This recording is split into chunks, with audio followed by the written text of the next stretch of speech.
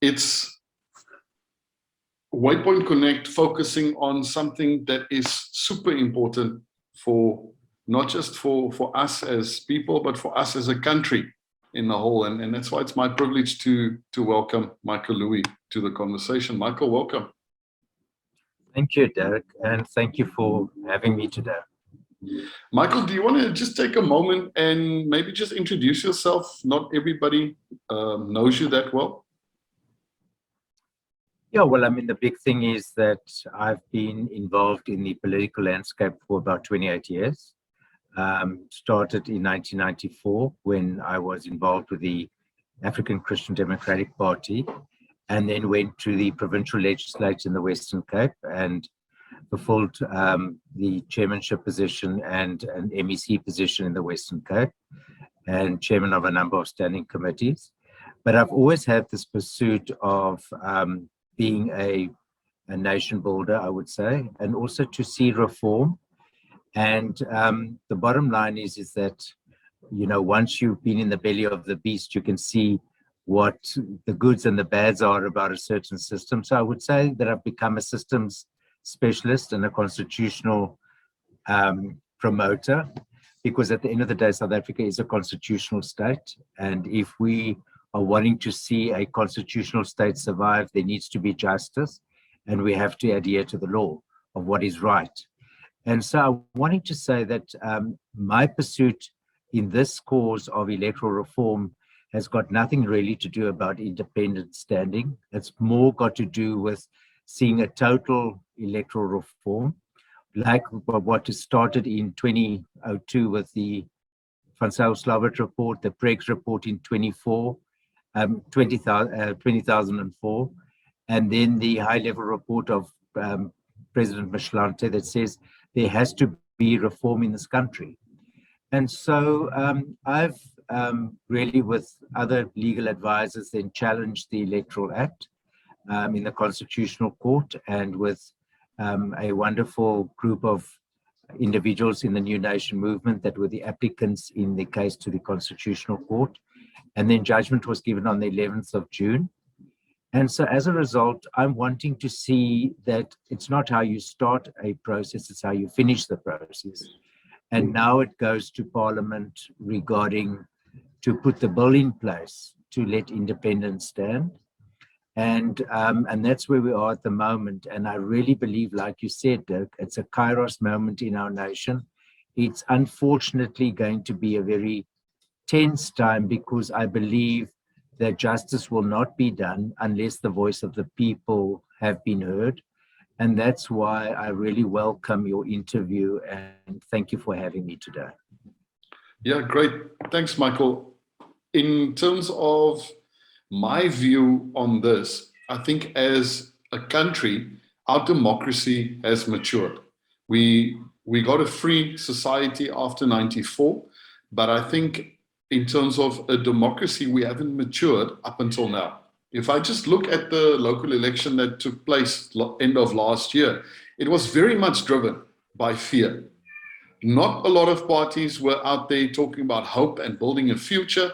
It was all about, this guy isn't doing that right, this isn't happening, you want this to happen, and you don't want that guy to be in power. And at the bottom of all of that is that feeling of fear, and that feeling of fear driving everything.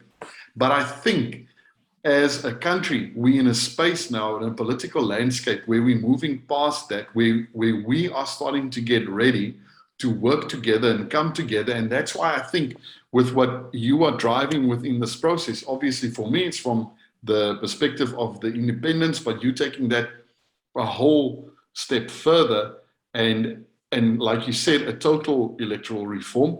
So tell us a bit more about that process. So thank you for the question, Dirk. So the whole question about reform, electoral reform, is not something new in our country. As we know, in the 1990s, it was when we did our constitution, there was only a transitional arrangement of what electoral system we must have so that we can do it and get it over with. But there was always the intention that there was going to be a new electoral system. And that's why in 2004, government appointed the Van Zyl-Slabbert Commission that recommended that there must be a constituency-based system that's more accountable, more responsible, more inclusive. And that was turned down by the government. They didn't implement it. Then in 2006, there was the Pregs Commission, where the government also commissioned a commission regarding electoral reform, and that was not accepted. Then in 2019, there was the high-level report of President Mescht that said, we need a more accountable system. We need, with what's happening in the country, we need more accountable people, more leaders that are coming to the fray. And they were recommending a total overhaul of the electoral system. And that was something that I really experienced even in my years in government from 1994 to 2000, that I believed that we needed a more accountable system where the leaders were nominated by the people, because there's too much power with the political parties. And also, as we progressed more and more with the political systems, with our political system, it was very, very disturbing, especially in the last election that we had, and especially with local government elections, is that we've got about 16 million people that go to the polls, 18 million people don't go and vote, and 8 million of those 18 million are young people, which means that I think political parties are very narrow focused to try and hold on to their base, instead of looking what system must we put in place to try and harness and put in the net the other 18 million to get to the polls, to vote, so that we can have a more inclusive representative system to choose our leaders or our government, or to be more responsive. I'm also the type of constructive person that says, I'm wanting to get onto the playing field to help. But give me a system that I feel is worthy of getting into the playing field. And that's why the whole question of independent candidates is so important, because it's like in a business environment. In a business environment, you get entrepreneurs and intrapreneurs. Entrepreneurs can work on their own, just tell them what they must do, use their experience, and they'll get you to the goal line. An intrapreneur is a person that will work for one of the corporate companies, Sanlam, Old Mutual, and that's where they feel safe and comfortable. And it's right that they do that. I mean, there's nothing wrong when you're an intrapreneur compared to an entrepreneur. So the whole question about independence standing, the difference is a political party is like a red bus. You as a person says, I wanted to get involved in the political landscape. You get onto the red bus, you've got a brand, you've got a logo, you've got everything. You klim op die bus, and there you go, they'll take you to the destination. Independent candidates like an Uber. And when I say it's like an Uber, you order the where you're wanting to go to, you regulate it, you talk about your destination, you choose a competent driver that will take you there, and then the people can rate you afterwards. It's a much more a controllable situation. So, yeah, so controllable on the one hand and accountable on the other hand. Well, it's definitely accountable, because you're definitely accounting of where you're wanting to go to your destination. Everybody knows where your destination is. If it's a red bus, it can go to any destination or to many destinations, you know. But the big thing is that, so now, the whole quest of getting independent candidates, I went to a number of political leaders already before 2000. No, not before 2000, before 2020. To say to them, listen, we need to change our electoral system. And none of them were prepared to take the gap, except Honorable Member Lakota of Cope, to say to him, I believe we need a total change of the electoral system. I've got a way to do it. It's to challenge the current Electoral Act, that it's non-constitutional because it doesn't include independence. But this gives government the time and the opportunity to totally reform the electoral system. And so, unfortunately, COVID came and a whole lot of things arrived, which we lodged the private members' motion already, the bill of Lakota already in 2019. And so that bill has been lying more than a year and a half with Parliament, and they did absolutely nothing about it. And only last year, at about June, July, did the Minister of Home Affairs, by virtue of his standing committee, decide no moet hulle iets doen. And they started rushing a very, very a quick approach how to get to this end line. And the minister did do good things by virtue of appointing a ministerial advisory committee headed up by Vali Musa, made up of a committee of 8 specialists, and all of them are really experienced and really very good. And they came up with how must the electoral system look like in the future. And they came up with a majority report and a minority report. The majority report saying we need a total electoral reform change, a constituency-based system made up of duplicating what's happening at local government. It's more accountable, it's more proportional. It is outstanding, and really I can't criticize it as anything negative. And it goes the full Monty, it goes exactly what we've been fighting for years, for 5 years.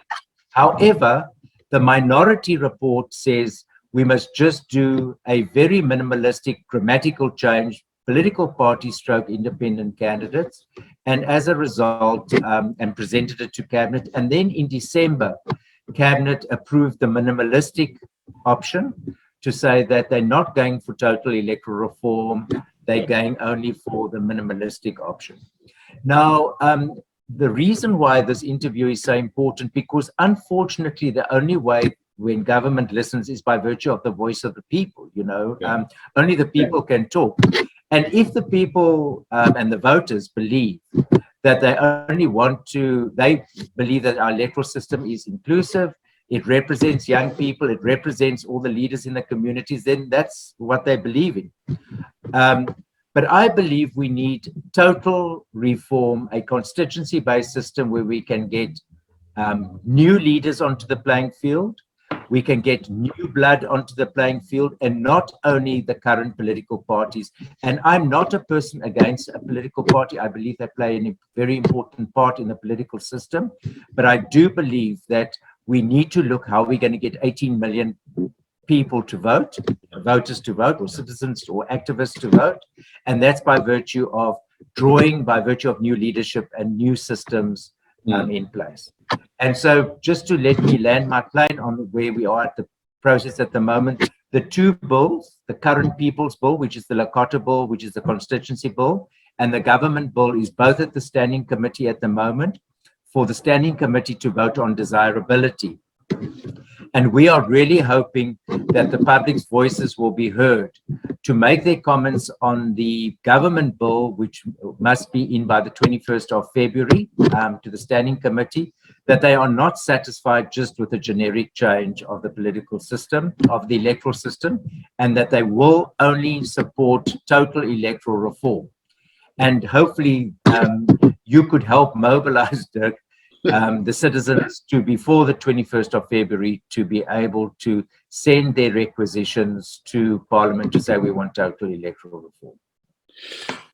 Michael, thank you very much for that explanation, because you gave us a good overview of where we started, where we're supposed to go, and where we are now. And why I'm saying where we're supposed to go is the fact that we had a transitional electoral process put in place. And the recommendations were in 2004, it needs to be addressed. And then again in 2006, it needs to be addressed. But in both instances, the people in power deciding not to do that because, in my opinion, they realize it's going to undermine our power. And it's not about their power, it's about the country, and it's about people being represented. So that for me is a big concern. And I see the same thing playing out in what's happening now, where we do a contemplative attempt at addressing the issue, but that's not what's really required, and that's not what's really going to make a difference, because the difference is when people get to really have a say in how our country is governed and being run, and what our country and the government needs to focus on. So for me, that's why it's so important that, like you said, the signs are clear. we're busy with a series, The Beginner's Guide to Predicting Your Future. And within that series, the point was made that when we look at our lives, we get to a point where the end result is there, and then we sit and we say, I knew this was going to happen. Why? Because we saw the signs. And the signs are clear that the government once again wants to, steamroller isn't going to work. So now we kind of acquiesce, but that's not what's required. So if we let this run the course it's going currently, then again, we fall far short of what is needed. And what is needed in this instance is where, like you said, the citizenry, normal citizens, start to come on board and really take ownership of governing of our country, because that doesn't fall with the elect few and it doesn't fall with certain people. That responsibility lies with each and every one of us. So it's going to take effort and it's going to move us out of our comfort zone, but it's well worth it at the end of the day, because it's moving us as a democracy further and saying, well, that means that the average citizen needs to take responsibility, and that requires me to have my voice heard and say, we require total electoral reform. And I'm for that, and there can be no other option than that. Can I ask you just, and I think this is the question that the viewers need to answer, by just including independent candidates, do they honestly think that that's going to change the trajectory of where our country is on its way to? I mean, it's just absolutely impossible. Yeah. Because you've got the same people in power. They're going to make it very difficult, and that's where the fight is going to be extremely difficult for independent candidates to stand. And so as a result, it's the same old. So you're going to have the same result, which is really just so sad that they're not making use of this opportunity to, to have electoral reform. So if I can, Dirk, can I explain why I say they're going to make it very difficult for independent candidates to stand? Yes, please do, Michael, because I think you're hitting the nail on the head there. Government's taking the line of, you want independence, we'll give you independence, but that's just part of the story, but there's a big problem sitting behind it. So please elaborate on that. No, so I think the big thing is obviously, you can go and change a law to tick all the boxes. I mean, that is very easy. But do you think the Concord in the New Nation movement actually said all you must do is just to include and tick a box that independent candidates must be inclusive? They actually meant substantive change so that there could be representation.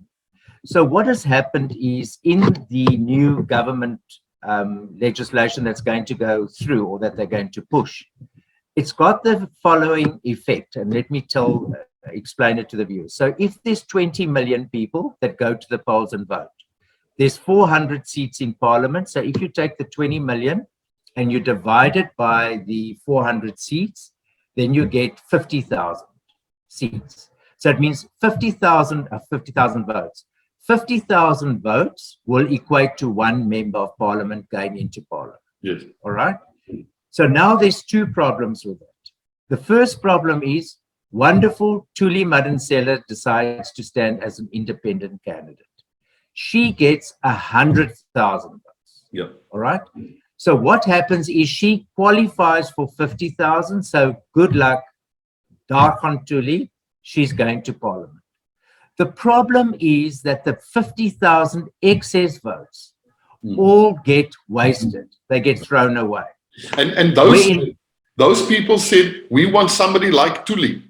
And now suddenly that's exactly. Well, not only that is they stood in the sun. No, but the Constitution very emphatically says that each vote will be equally guaranteed, which means you can't let a voter stand 6 hours in the sun for that vote just to be wasted. I mean, how can you do it?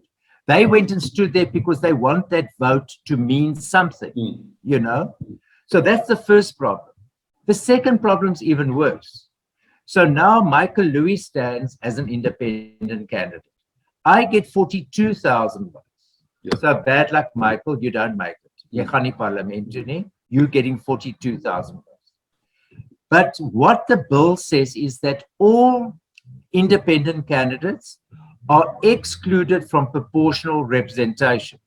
So what it means is that a political party that gets 18,000 votes, 22,000 votes, or 26,000 votes, they will all be allowed to go to parliament, but the independent candidate with 42,000 votes will not be able to go to parliament. Yeah. So there are very important constitutional flaws. And my task now, leading up to why did we form the ICA, the Independent Candidate Association, is that we are wanting to stand up and fight for justice and what is right. Because what we're doing with our electoral systems, we can't play with our citizens as if we can just mess them around. This is legacy stuff. This is generational stuff. This is for the rest of time. Are the parliamentarians going to be pleased that this is the legacy that they are wanting to leave? And what ICA has done, which is a professional organization, the ICA has now come up and said, we will represent the independent candidates to the best we can, that according to Section 9 of the Bill of Rights, that says everybody will enjoy equal protection and equal rights in front of the law. And that's all we're going to do. We're not, and my role is not to play politics. My role is to be custodians of the Constitution, because we are a constitutional state, and I will do that till the very end. Yes, absolutely. I love the words that you're using where you're saying this is legacy stuff. We need to understand that we're building something and we're leaving something that we can put our name to and say, I worked for this and I'm proud of this. And what you're saying in terms of what we currently have, that's not it. And we need to stop being complacent, and we need to stop. What's the word for tevrede, Michael? Help me out here. Tevrede, to peace. What did you say? To peace, to lead to peace. So no, the word is I'm accepting, like tevrede. Oh, accepting. Oh, tevrede. Sorry. Yes. It's acceptable. Yes. So we need to stop. Yes. So we need to stop accepting mediocrity and saying we're proud of mediocrity, because God's expecting more of us. And the people that we represent are expecting more of us. And stop being complacent and stop saying, this is my best and I'm signing off on this and I'm moving on to the next project. So I'm really excited about people like you that are saying, we can be better and we should be better and let's get better and let's go and make a difference. And now the opportunity is for everybody that's listening to this message to say, well, I'm going to be part of this movement of making our country better, of bringing excellence that's expected of our country. I think that's the big thing. I just wanting to say that it's actually more than that. And after yesterday, sitting in the standing committee, I realized that, we're really up with a very big battle. And the arguing why they don't want to do electoral reform is time frames, all right? Because they say that what we're wanting is going to be. So do you want to tell me we must allow time frames to govern the future of our country when we know we're in such a mess, And I know that if there's a condemnation application to the Crown Court to give another 6 months, I believe if we give ourselves till the end of the year, I really believe that we will be able to get an electoral system that is acceptable, that is constructive, that's inclusive, represents everybody. Because my biggest cry is that I fought for 5 years in the courts.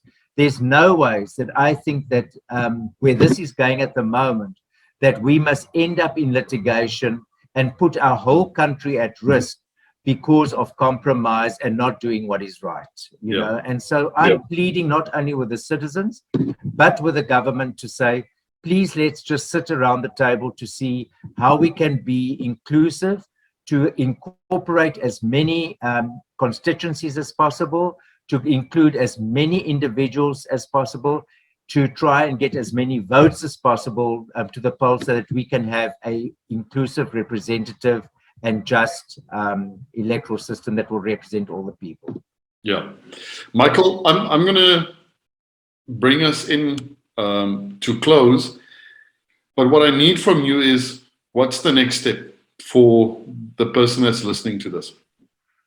Well, I think the big thing is the next step is definitely to download the electoral draft bill that's currently in the Government Gazette, or you can go to the OSA website, which is www.osa.org.za. So it's OSA, OSA, for One South Africa Movement. And on that website is is all you need to know of the template that you must fill in to go to Home Affairs, to the Standing Committee.